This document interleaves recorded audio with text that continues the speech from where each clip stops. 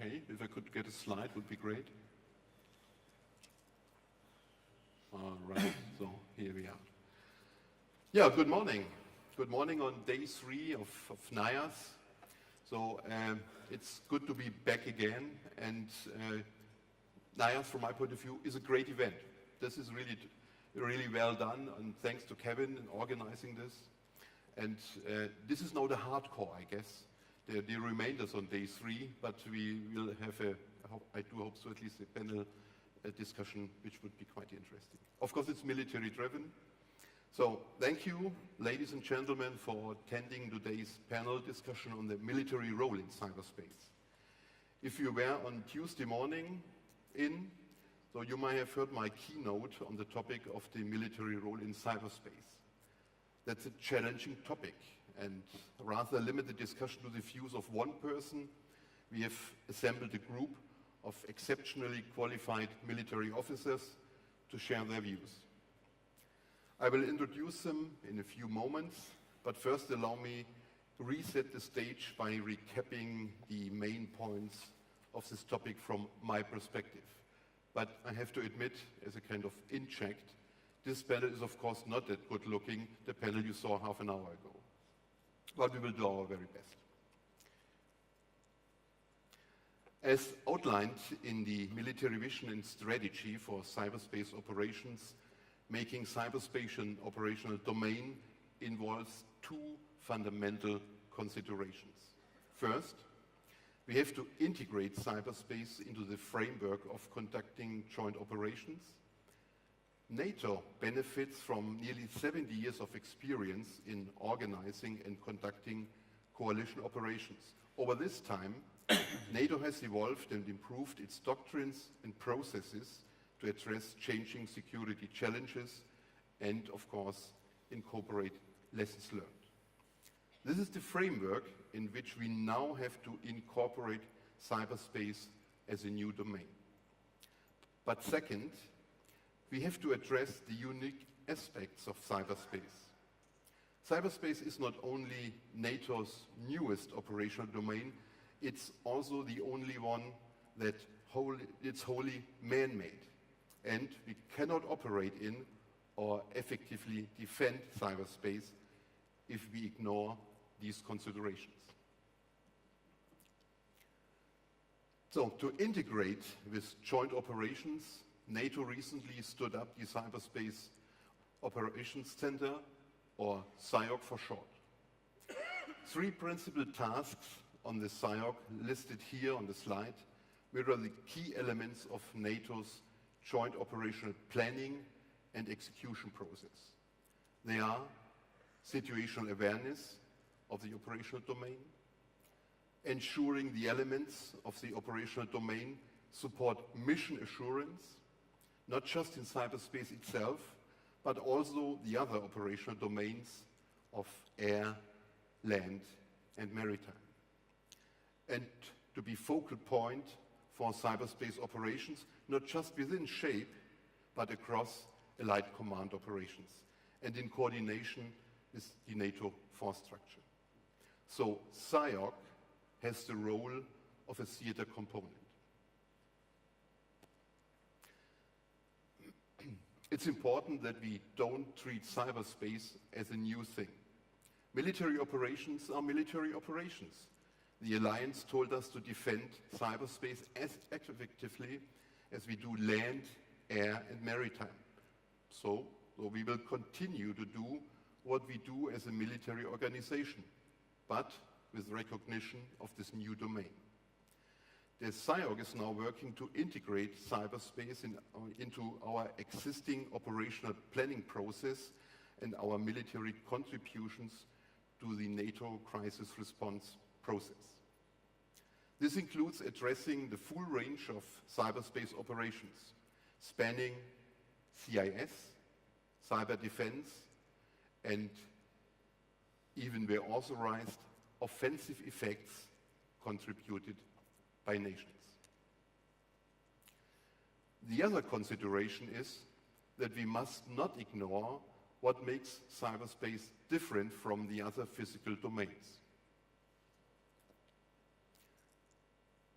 Cyberspace does not take a day off. It does not have geographic reference points. It is difficult to contain events within it. We use it every day to do our administrative work.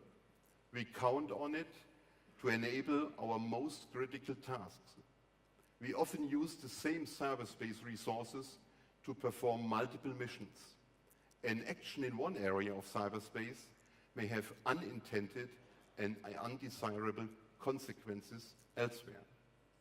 And most important, there is no lag time between when an adversary decides to act against us in cyberspace and delivery of the effect. Though we must be ready all the time for bad things to happen in cyberspace, we must be able to continue our operations in a cyber contested environment, and we must be ready to respond.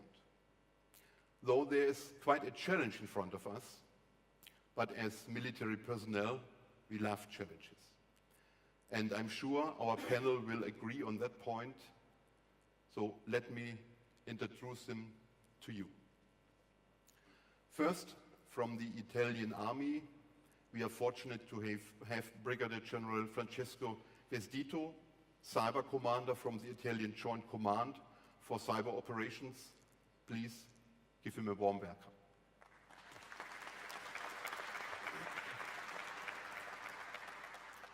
Then someone I work with closely in my current post, the director of the C3 staff at NATO HQ from the Spanish Air Force, Major General José Luis Triguero de la Torre. José, I hope I got it right. And then I ask you to welcome Brigadier General Sully Barbe. He's the CIS and Cyber Commander of the French Rapid Reaction Corps. And finally, we have Colonel Dr. Volker Pötzsch with us. He's the Chief of the German Armed Forces CIS Command. Volker, welcome.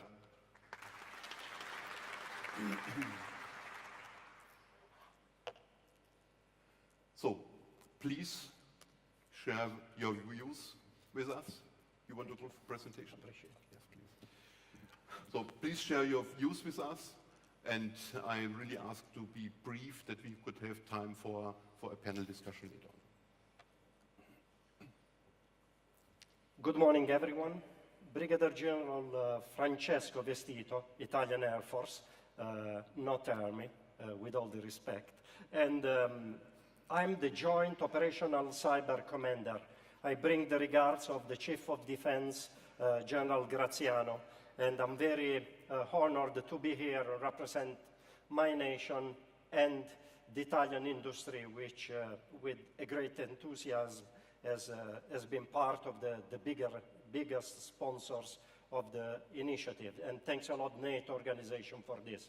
I'll quickly go through a perspective on how the military domain should be influenced in the cyber activities.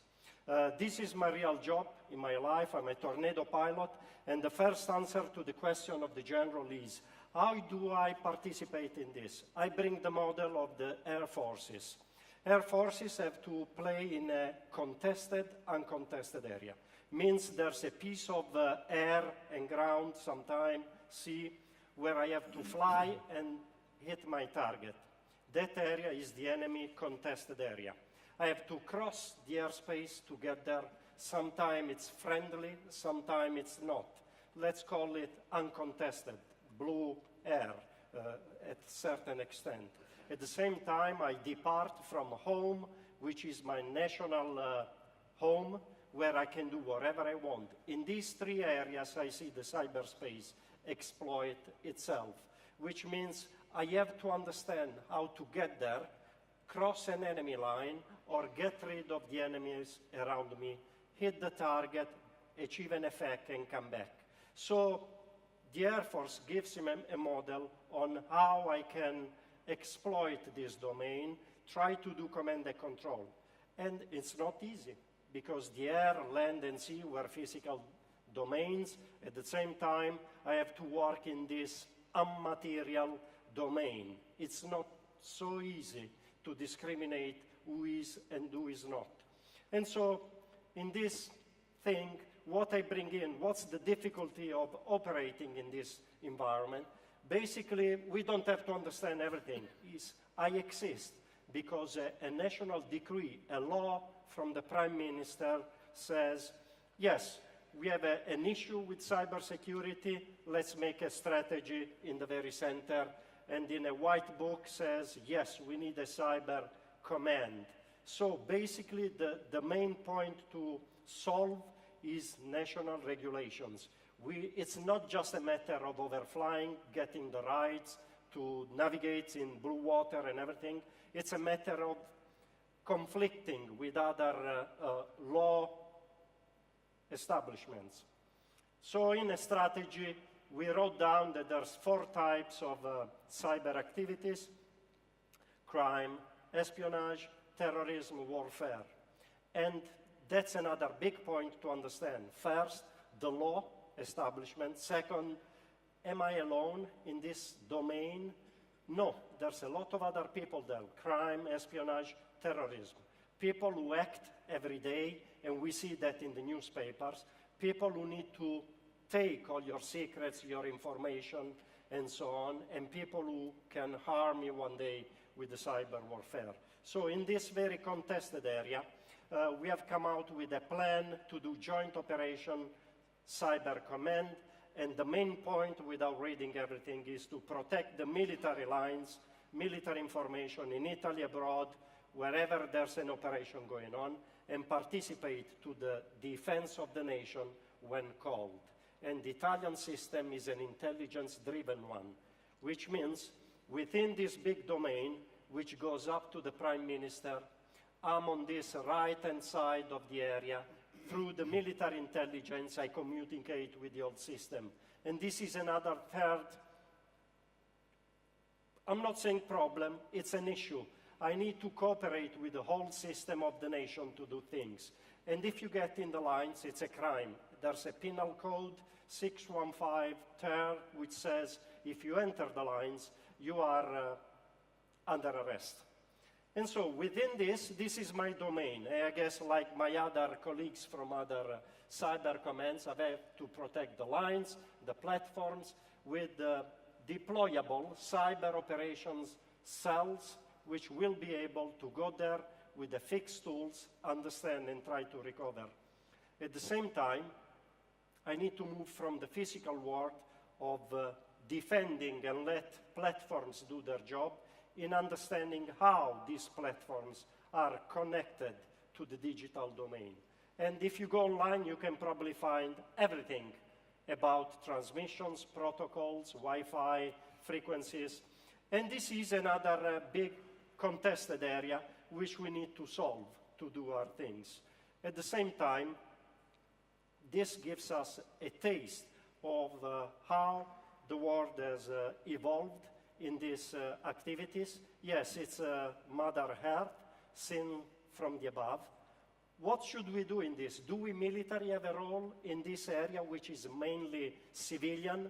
The internet is born resilient to respond to a nuclear attack, and the most resilient of the things needs to be the most resilient of the systems. And this is the population of the airspace from a Professor Gray in University of London. This is what happened in, 50, 60 years of activity in the space. And we need to be aware that when we talk digitally, we are discussing this as well. And all the communications and the transmissions, the command and control goes through that. Our new Minister of Defense decided we're going to concentrate on resilience. Yes, we need a concept of post-resilience as militaries, because if something breaks, I cannot allow that to break again.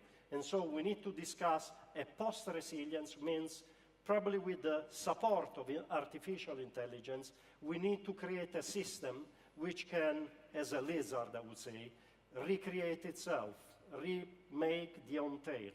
At the same time, dual use. We participate in this contested area with the civilian world. Most of the IT, technology, social media budgets are still civilians, and we need to understand that whatever I build can have a dual use. And for the second answer, how do I contribute to this domain of this? In one single way. I didn't want to reinvent what a better person than me did. What I'm saying is energy means if I take care of whatever is connected to environment, energy, fuel, oil, electricity, grids, transmissions, telecommunications, all it says, make your own command and control. I cannot go off the shelf, take a system, plug it in, and decide that it's going to work for us as militaries. Instead, we need to work closely, elbow to elbow, hand in hand with industry, the big brother, and the small ones to build our own concept of military operation in the cyber domain so that we act in that genuine, suspected way of defending our systems, moving often and try to evade the enemy attention. And we do this by writing equations and papers as well, and some researchers are here in the room. This is the next to come newborn command and control room we are building with Leonardo. Thanks, Leonardo, for this fresh picture I've been given last night. And we are building this in Rome because we think that the command and control is the kitchen for an housewife. Means that's the place where you need to express all your attention, capability, dedications. And this is how we are building our own, so that we can have a measurable command and control room, which needs to be the same of the neighbors, of the allies, so that we can transfer the picture away. What to keep in mind, I'm closing down in 1 minute. Cyber range, we do have our own cyber ranges in the first step already in order to create a standardized environment, build a team, and create the workforce. Again, Big Leonardo is working with other national companies to do this. It will be ready in a matter of months. Procurement, we need to understand that in this domain, I was given a Tornado, which was designed and started flying in the 80s. It's still flying, 40 years. 6, 7 retrofits, and still there doing the mission. I'm afraid we need to go to the big generals, to the decision makers, and say, look, sir, we need to procure again. And the last one was only 3 years ago. It means we need to create in a quicker procurement cycle. Think electronically when we say force protection. Change the protocol, make a frequency hopping, a protocol hopping, so that we can escape the attention of the enemy. Deterrence definitely needs to be spelled attribution. We need to have a better attribution which associated even with a piece of human activity needs to understand we're sitting right there at the endpoint. Maneuvering digital space. As I said, from the Air Force, the reaction time and everything, we need to implement this concept of using the maneuvering area to create the piece of artificial military domain to do our activities. By this month and next year will be full operational capability in the system with a cyber range, a cyber lab, a couple of hundreds of people. And thanks a lot, sir, for these activities. We need to train now that we have time. I've used this ugly phrase from a slang. If I'm broken, don't fix it. The rule says, the Murphy's law, whatever. I would say if you see things are working, you better worry because someone is controlling you. So if it's Clausewitzian or a Sun Tzu doctrine, we gotta be careful because if someone is controlling us short of war, then it's time to act and rebuild our systems. Thank you. So, Francesco, thank you very much. So, thanks for these initial thoughts. I have to admit it was even more than the initial ones. Thank you. So, José, if you agree, would recommend that we let the nations first, and then you close it up with the opening statement. So, Sully, I would ask you for your initial statement. You could do it as you want.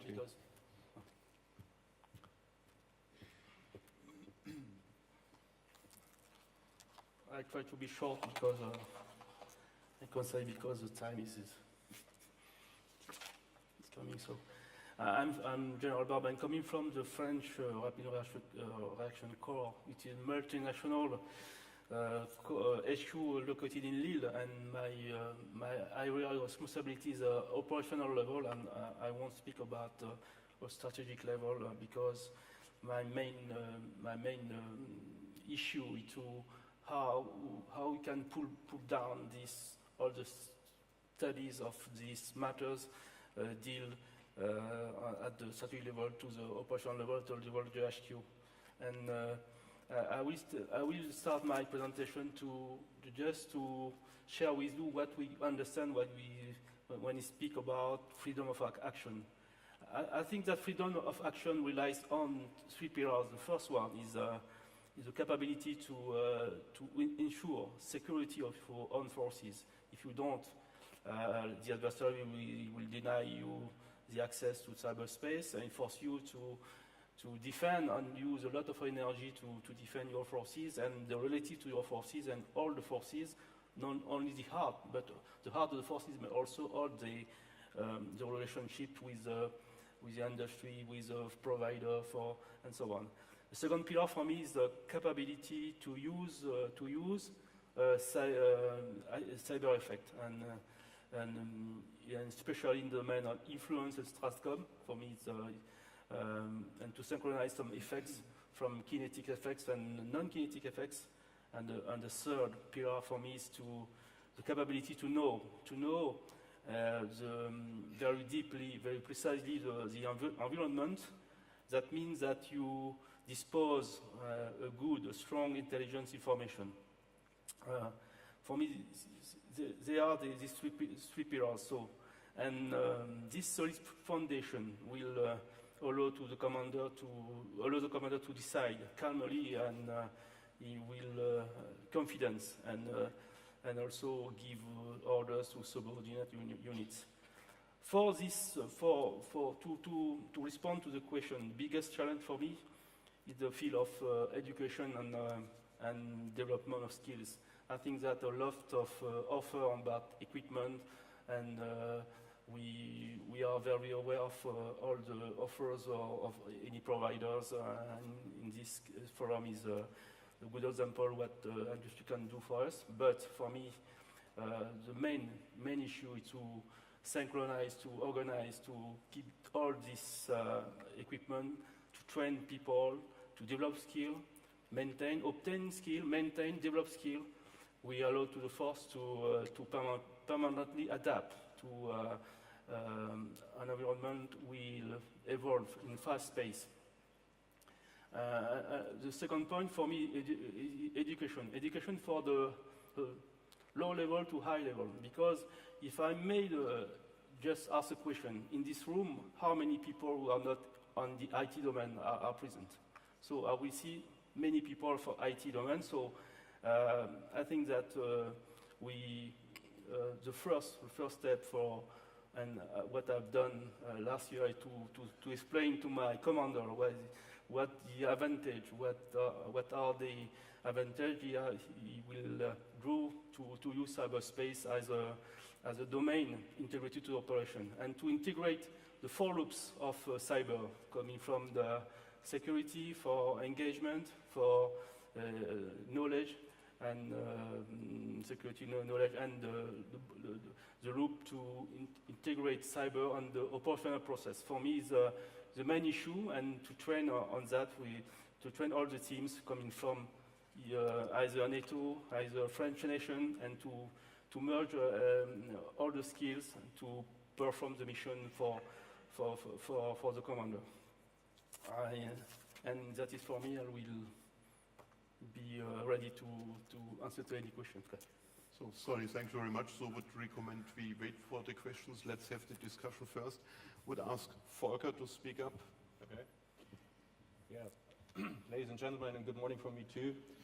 Same challenge, different approach. I try to save my walking time and invest it in talking time. I just try to bring some food for thought in the discussion to the table. There are two topics I want to touch on. The first one is, and this is a bit like bringing old to Athens, I think it's safe to say unparalleled influence cyber and cyber-related issues hold over every aspect, not only of the military, but the governmental work, society, industry, and so on. This is clearly a consequence of everything being connected and being more and more connected even while we're speaking here. But it's got a lot to do also with the potential, the positive and the negative potential in this new technology. For as an armed service, this brings some new perspectives because coming from the Air Force, collateral damage is something we know, but normally we're the ones causing it. Today, it's quite easy for us to be the ones achieving, not causing it, but being the victims of collateral damage because attacks aimed during cyberspace at some industry, for example, can hit us as well, and it can cause immense damage. What, again, is a given fact is that, now looking at my own armed forces, the Bundeswehr, our operational freedom is directly connected with our capability to operate and establish our IT systems and IT networks. If that doesn't work, we can't fight. And this is a risk we have to take duly into account, not only during operation phases, but also, especially also during procurement and the whole life cycle process of the military equipment. And the panel before us already talked about some issues of that. So, if I already talked about vulnerability, there's also the attacker perspective. And if we're talking about the attacker perspective, it's unparalleled as well, because it's quite easy to get really dangerous weapons today, talking about cyberspace. And the inhibition threshold is really, really low, because punishment is perceived as really not very probable. So, if I try to put these topics in a nutshell, the importance of the cyber and information domain should not be underestimated, or I'd like to put it, cannot be overestimated. It's a game changer and it's disruptive by nature. Just second point, very short briefly, what's also a given fact, it's a whole of government approach. It's not a purely military problem, it's something we have to solve together. There is no other area where internal and external security are so closely intertwined like in this cyberspace domain. For Germany, this means that the first time in 2011 and now in 2016, a cybersecurity strategy was published. And especially in the 2016 edition, the military has gotten a new, more prominent role. Looking, for example, at our National Cyber Response Center, we now like to call it National Cyber Response Center Plus, military is really at the table. And the center is moving away from being just a platform to share information and more becoming a platform to cooperate and coordinate different federal offices and non-governmental services in the common task of countering cyber threats and, to put it positively, use the potential in cyber domain. What we did was restructure the Bundeswehr by putting up a new 6th military branch and our MOD. And all that in under 2 years. And speaking in military and governmental time frames, this is really lightning speed. So ladies and gentlemen, that's just my food for thought for the discussion, and I would close here. So welcome, thank you very much. So I guess we're already in the discussion and would ask to pull up the slide with the questions. Was already a challenges, yes, so we have to broaden the discussion on that a bit. But prior we jump into that, José, your thoughts, please. Thank you very much, and good morning to everyone. And thank you to our NCIA for inviting me here, and also to General Renner for giving me a chair in this panel. I am really delighted to be sit in front of you together with cyber commanders. That brings to my mind the time when I was a pure, simple military guy dealing with military business. Now, in my position, my job today is to advise the military committee in NATO and the Council on cyber. And therefore, the opinion I would like to share with you now is coming more from the political military level than from the operational one. I know that the moderator has a couple of questions to discuss with us later on, and therefore I am just going to spend a couple of minutes to bring to you how NATO is doing in this specific panel element, which is military domain, cyberspace as a military domain. Cyberspace is in the NATO's agenda since 1999, and until 2016, most of the efforts were more related to what I like to call the security aspects of cyber. So NATO developed a strategy, developed a policy, developed an action plan to bring cyber into reality, but at that time was more focused on, as I said, what I call defense aspect. In 2016, based on events happening in the world and developments in almost all armed forces, NATO recognized the need to consider cyber as a new operational domain. That's a decision made at the Warsaw Summit. And from that moment on, NATO is working in bringing that new operational domain into reality. There is a roadmap ongoing with 10 lines of effort addressing doctrine, rule of engagement, integration of offensive effect provided voluntarily by allies, training, processes, organization, etc. And NATO is doing that since it's not, in this case, a matter of making more money. It's a matter of we have to survive, and we have to be operational effective. And we need to recognize that cyber is today another source of effects. And we need to integrate that into the joint operations. And that is precisely what NATO has enhanced today. And my final word on this, before we start with the questions, is that, in my view, given the complexity, given the difficulty for the military people to change their minds and the way they do business and so on, this effort is progressing really well, and we are really looking forward to complete this roadmap next year in order to be able to have that new operational domain integrated with the other three. Thank you. So, José, thank you very much. So could we please pull up the slide with the pair of questions? Would appreciate.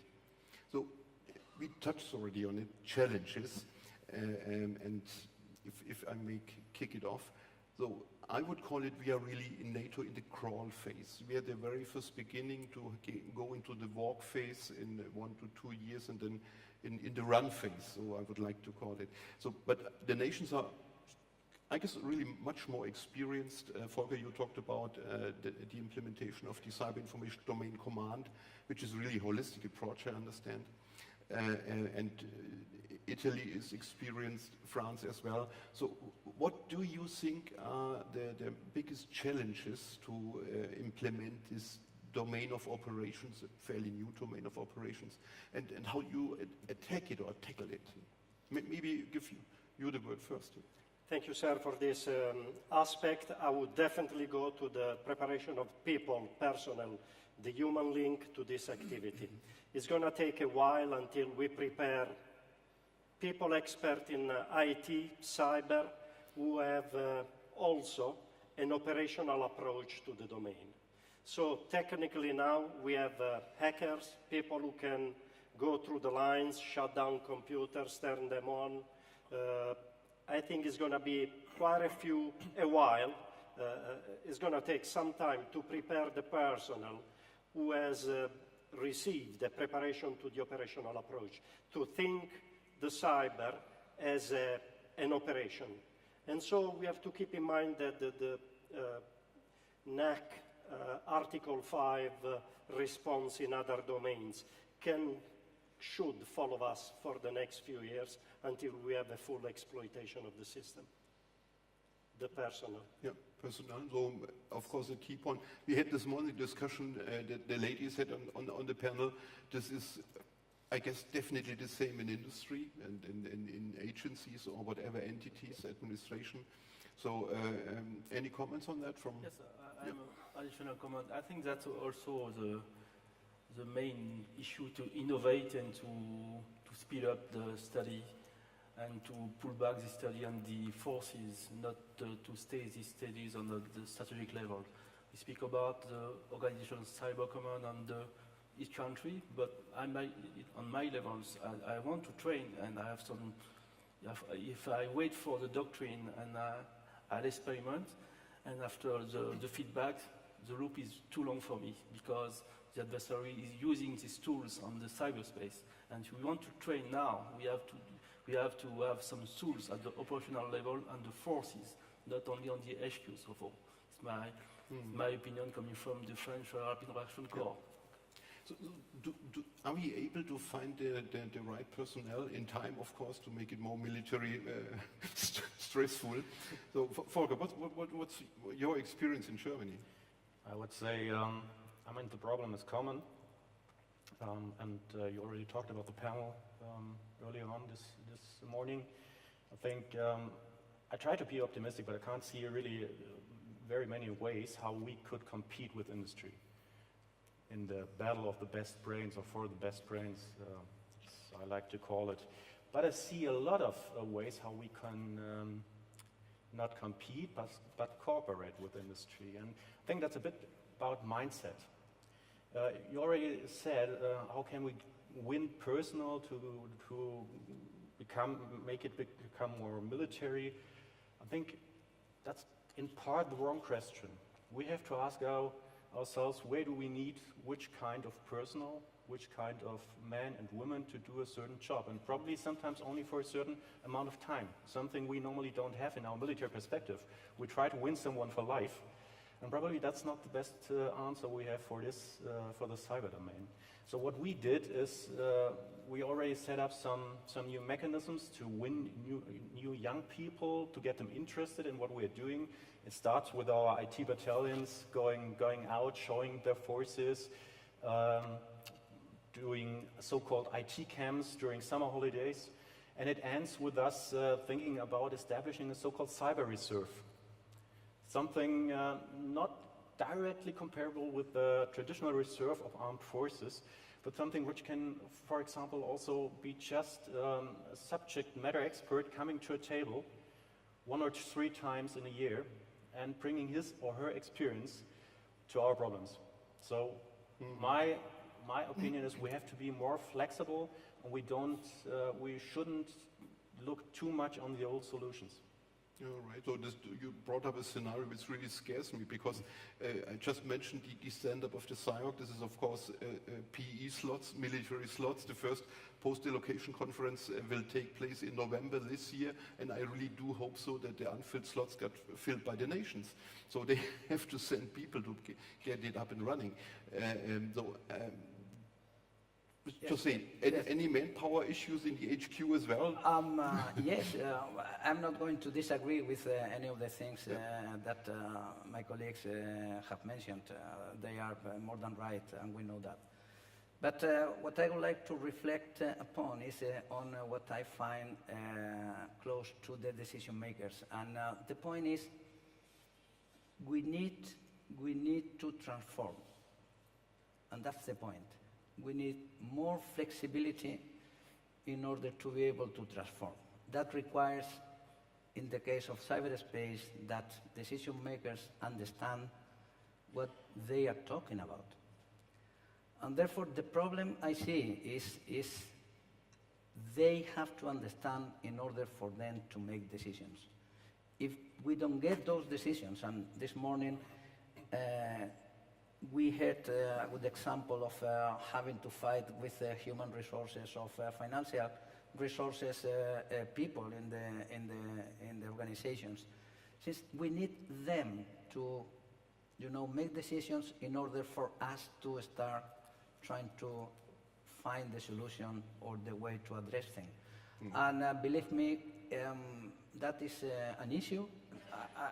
I must say that I am not original on what I am saying. This is a matter of life in any organization since ever.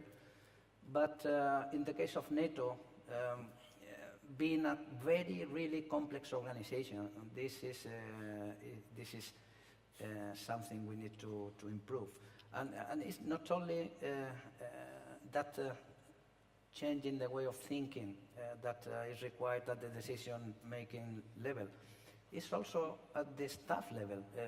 The staff supporting decision makers, they have to be more open-minded, and they have to also understand this. Otherwise, they will not be helpful for the decision makers to make decisions faster. And this morning, speed of decisions was mentioned many times, not only for human resources, but also for the delivery of capabilities. So that's the challenge, in my view. We need to make them understand better what they are talking about in order for them to be able to give the necessary priority based on that understanding, and with the priority you will get resources in order for you to do things. Otherwise, it's like we already experienced when the air power was born. A couple of the fool guys trying to convince the rest about the future that that new capability will bring, and that is what we should try to improve.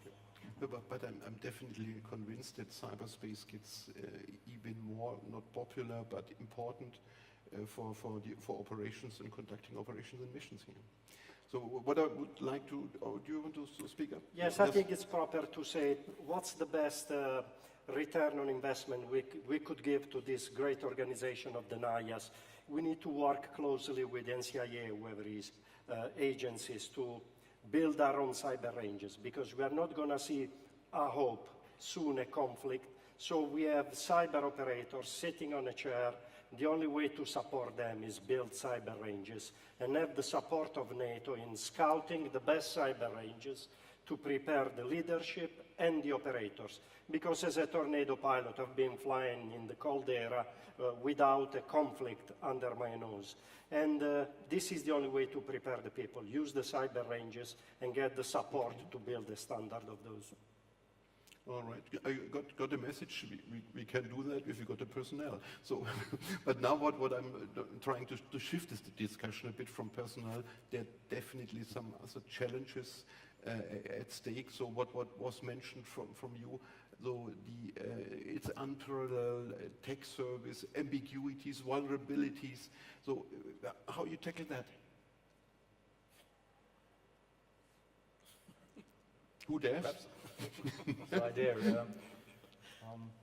Another big challenge really is this time really a military challenge. It's especially looking at CIS personnel, the traditional CIS personnel, we have to achieve a change in mindset. We are leaving a purely supporting, enabling role and more becoming an operator on our own. And that's what you already said. One of the main reasons we need, for example, cyber ranges. And we need the right personnel. We not only need the techie interested in putting up networks and re-engineering a computer. We need someone with a military attacker-minded mind, and we have to give him something to keep him not only capable, but to keep him interested in the military. Yeah, so this change of mindset, going from a really purely technical perspective to a more traditional military operational driven perspective is another great challenge, and we only can tackle that by choosing the right personnel and choosing the right ways to train and keep them just capable. The challenge, if I got it right, is attracting the people, is it? Yes. Yes. Yes, not only people coming from IT branch, also people coming from intelligence branch also, for command also. We want to integrate the cyber process, cyber loop in the operational process. You have to to have some people coming from intelligence, from special forces, from IT, and so on, from G9, for STATCOM, people who are very aware of problem of cyber. You have to organize that and to train these people together in order to perform the action decided by the commander. It's not only IT people. I know that IT is very important because there are a lot of high skills to master, but not only, but process to train on the process, operational process, and to integrate the 4 loops in the operational process, and to make the decision by the commander based on some cyber criteria. Okay. All right. Quick Yes. add-on to the concern that you mentioned. I think that NATO is aware of the need of having those cyber ranges, and perhaps somebody from the agency could provide additional information, but it's a need that will be addressed, so it's in the process of. So challenges, or still challenges in mind. So just got an idea, though. Is there any change between the strategic, operational, and tactical level in cyberspace? What's your experiences in the nations?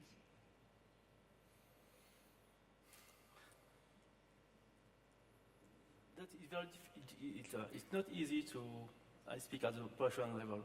You have a chain of French, national command and shape command, NATO command.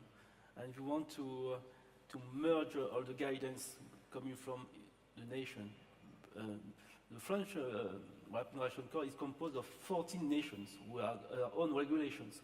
So there are all rule of engagement. So, and the cyber is more complicated now.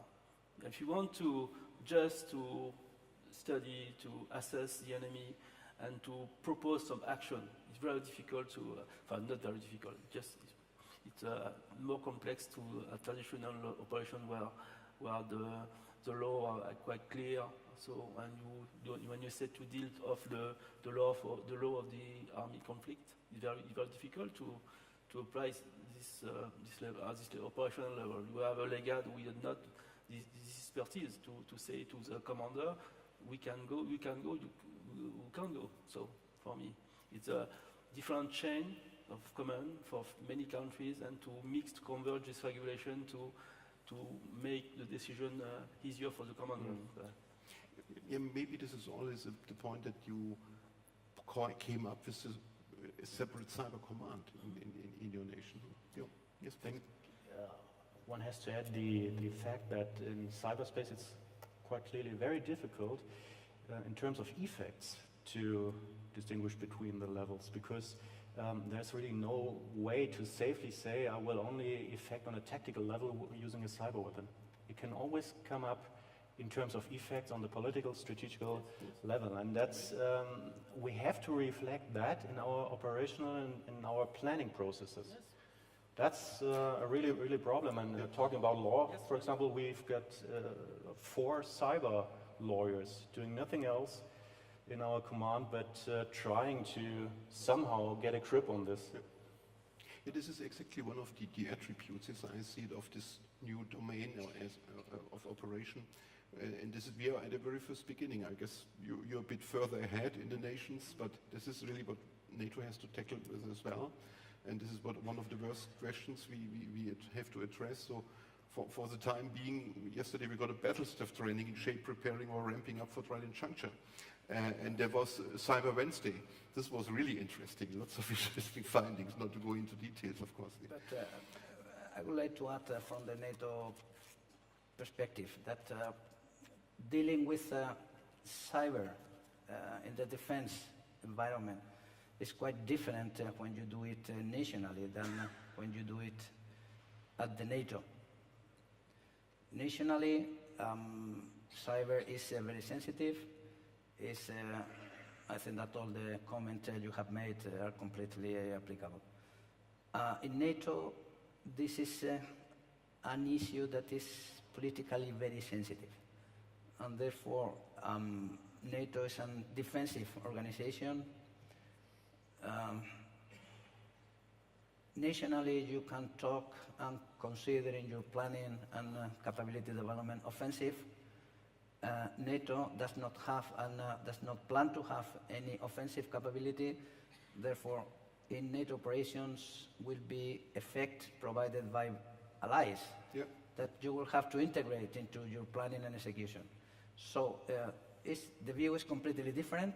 It's, as I said, politically very sensitive, and will come always from the nations. They will always oversight it, and there will always be political oversight on that, which makes a big difference with regard to how each different nation is looking to offensive or active defense or capability development. You're absolutely right. This is again one of the challenges from a NATO perspective, indeed. So, but I remember NATO summit very well, though a couple of nations addressed they would be ready to provide, on a voluntary basis of course, effects, not talking about offensive or defensive, but effects. And this is what has to be integrated. Any other? Synchronize, yeah? That's right. With traditional effects or non-kinetic effects and kinetic effects, synchronize this. Any other thoughts on that one? Yeah, yes, please. What I would add in this is that once again we need to redefine the paradigm of the strategic. In the old war, the Second World War, it had to do with distance, capitals and everything. So if we demystify this strategic concept of hitting the capital, the distance and so on, we can give more tool to the operational and tactical domain. So we need to separate what's really in control of intelligence, what's in control of the militaries, because after all, on day zero, you need to understand who's going to be in charge to respond. Mm-hmm. All right. So looking at our time schedule, and I don't know how many time we will grant it by Kevin, I would at least give it a try to focus on the second question. This is the part of the advantages. Do you see advantages with this new domain? Is there something going on? Is there something improving? What are the advantages? The advantage the militaries can give is a model on how to approach training, equipment, maintenance, education, and so on. The tactical approach to resolve the problems, even with the DOT and PFI paradigm. All right. I think that the main advantage is to maybe pull upwards all the forces at a good level, because when you investment are not very high to compare to when you want to buy a ship or aircraft or a plane. So cyber is an opportunity, an advantage to pull up all the forces. Second advantage I see is the trust.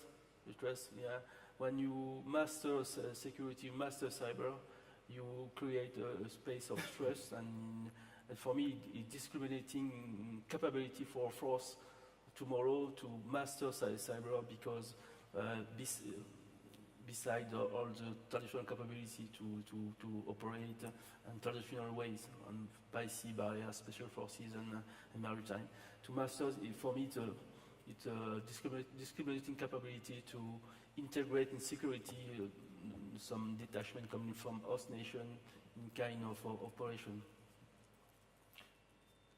Perhaps looking at the advantages for the military, I don't think they are as numerous as they are obvious, but trying to answer the question, what can we as a military bring to the cyber domain as advantages? I think we've got already established resilient organizations which are capable of operating 24/7, and that's 365 days a year.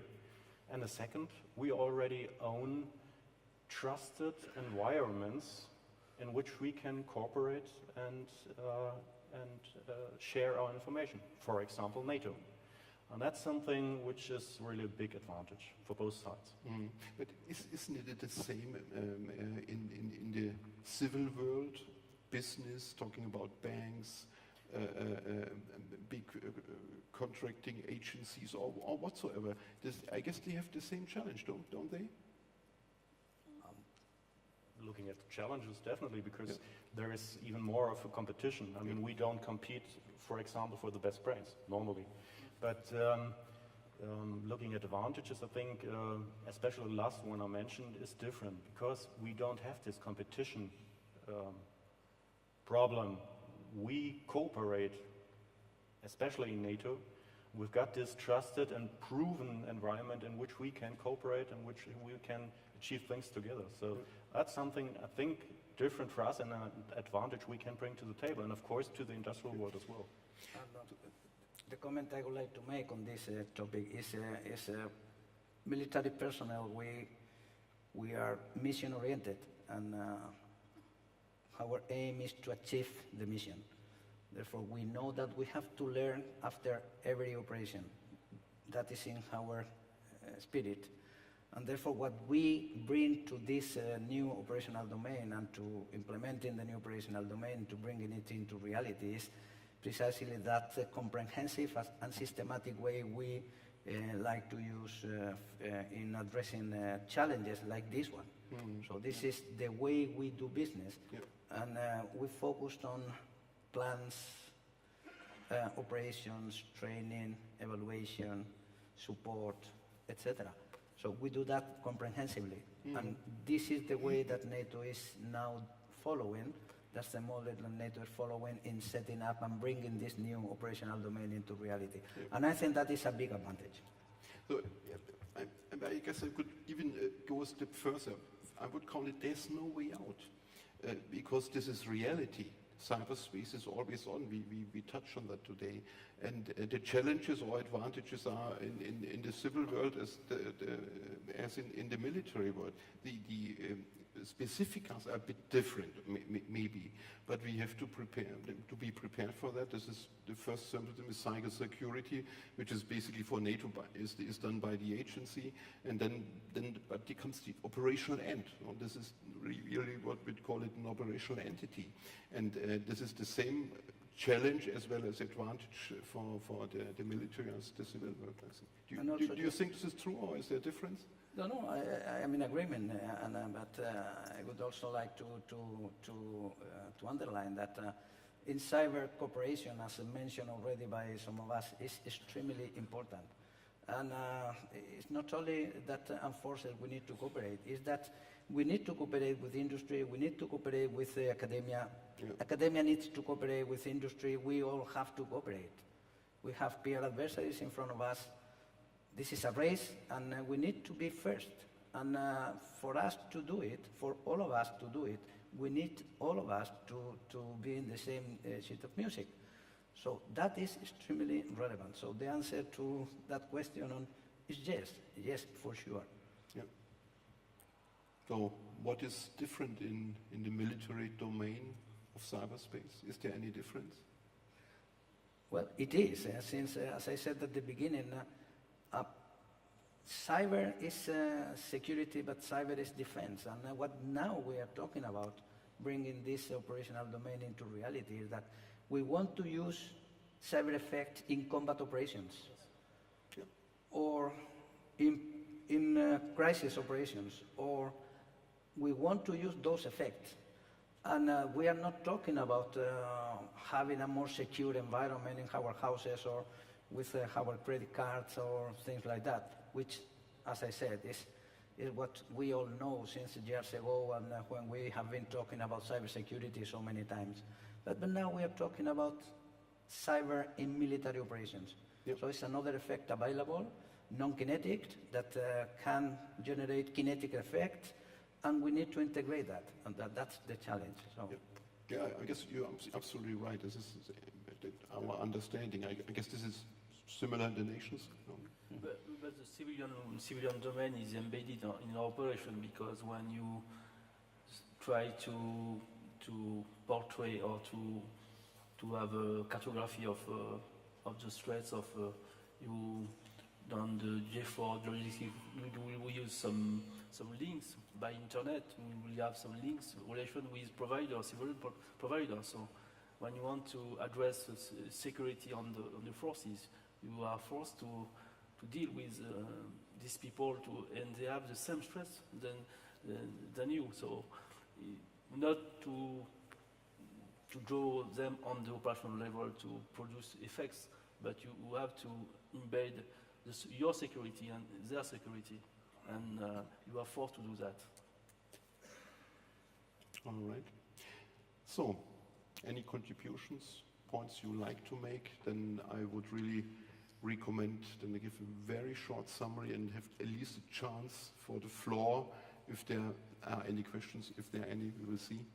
So I understand that challenges and advantages go basically hand in hand. They are interconnected and basically face the same challenges and advantages in the civil as in the military world. Okay, there's a difference in the military world when it comes really to operations, supporting operations, and this is really close between the defensive part of operations and an offensive. I do not hope this industry does offensive. But anyway, though, we will not dig into that, I guess. So, having that, thank you very much. It was my pleasure, much appreciated. Let's wait and see if we got some questions from the floor.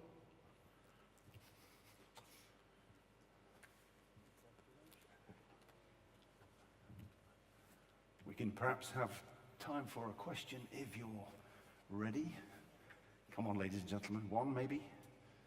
I see one there, sir. Well done. Thank you. Good, well done. How's your catching skills? Heads. Well done. Sir, it's Lieutenant Paddy Mullaney from the British Army. How do you propose the career and personnel management changing in order to preserve the corporate knowledge necessary for cyber operations to take place? And I use the example for other government agencies or departments that have a completely different way of managing personnel in order to preserve that expert knowledge. All right, so thank you for that. I'm perfectly aware that Volker can address it because I know Germany does a lot of that. So I would give you as the first guy to speak up. Thank you very much. I think one answer we gave to this question already at the German Armed Forces is putting up the 6th military branch. Because in former times, CIS personnel was distributed all over the Armed Forces branches, somewhere in the Air Force, Army, Navy, and so on. There are still some, like we still got some logistics, which are closely intertwined with the specific weapon systems, but the mass of them have been pulled out and have been reorganized in this new 6th branch. And that's, of course, a way to keep them together. But that's not the only issue, and I touched about a second perspective already. It's how to keep them in the armed forces, not only in our branch, but in the armed forces. Because you remember probably the panel just two before us, and they talked a lot about how new life planning will influence the coming generations, how people think about a working life, and that's the same for military. I think we have just to say goodbye to the idea that someone says at the tender age of 18, I will become a soldier and will stay so till 65 or so whatever. There will be definitely new ways to intertwine economy, industry, governmental positions, and military. And that's the biggest challenge we have to, at least for the German Armed Forces, because that's a new way to do contracting, it's a new way to do job contracts and so on. And perhaps it's like a kind of cloud. I think a good synonym here. We have to put these best brains we have already identified in the military and other parts in this cloud. And we need to have some processes which give us the possibility as a nation, not only as a military armed forces, to get them out of this cloud if we need them. This is this whole of government approach we always have to keep in mind, because there may be a different period in time when, for example, the Federal Criminal Police Office of Germany need them more than we do.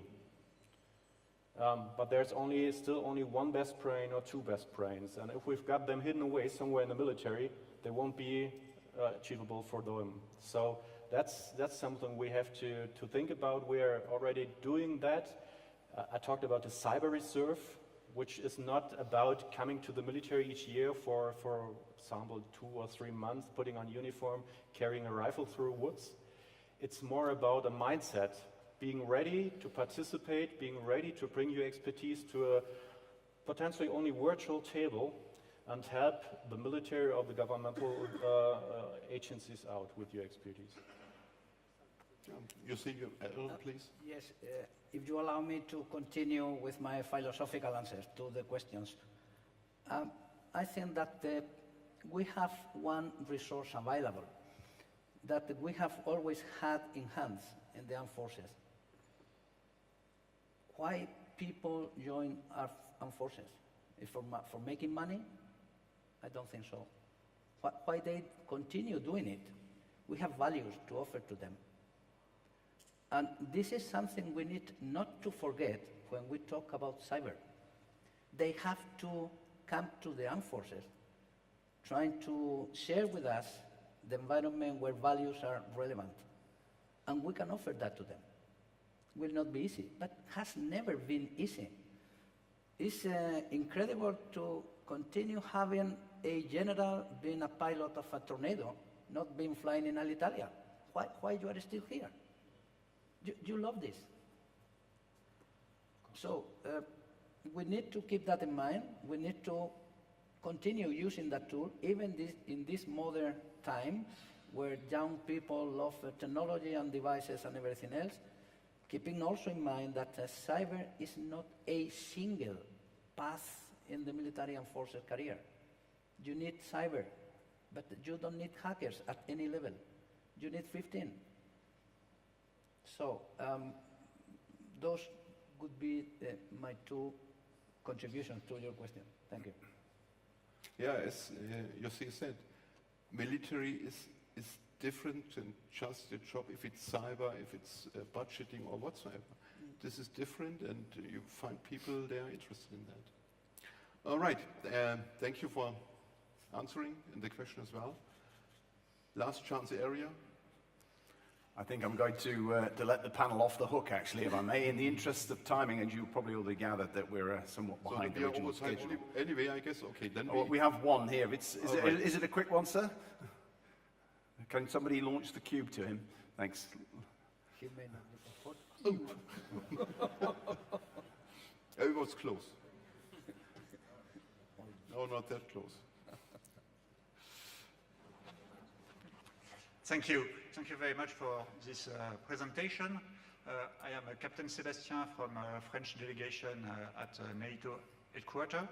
And I have a question for the military added value for defensive field in cyberspace. Because we had, until now, technical organization like UNCERC for NATO or technical organization for nations to grant information insurance. So for all of you, what is the military added value in defensive field? Thank you very much. So let me take this first, maybe. And the task of the agency is basically network protection and maintainment. So if you go into military operations, if it's defensive or offensive, it basically doesn't matter, basically has an operational background. So there is some intel in check, which means you have intelligence in, which is definitely not a task of a non-military organization. This is operational mindset, of course. And in this field, you could decide to go for a defensive operation or an offensive operation. So taking in mind or keeping in mind that NATO per se is defensive, but would be ready to include national sovereign effects if they are provided by a nation. This is, I really have to make clear in this context. This is important. So military operations is something different than just protecting, preventing. And this is really have to be clear. This means an operational picture. This means the operation is ongoing, is in support of an operation, even there could be the chance there's an operation ongoing and that you can't be defensive because you would hamper the military operation. And there's the difference in between. This is maybe a bit difficult to understand, but military operations are something different than standard normal network protection. Thank you. Thank you very much. And General, gentlemen from the panel, thank you very much for your participation. We're off the hook. You are very much off the hook. Thank you very much. Let me thank the panel first. It was a pleasure to have you here today. Much appreciated. Well done. Thanks for that. And thank you for your attention. Thank you very much. John.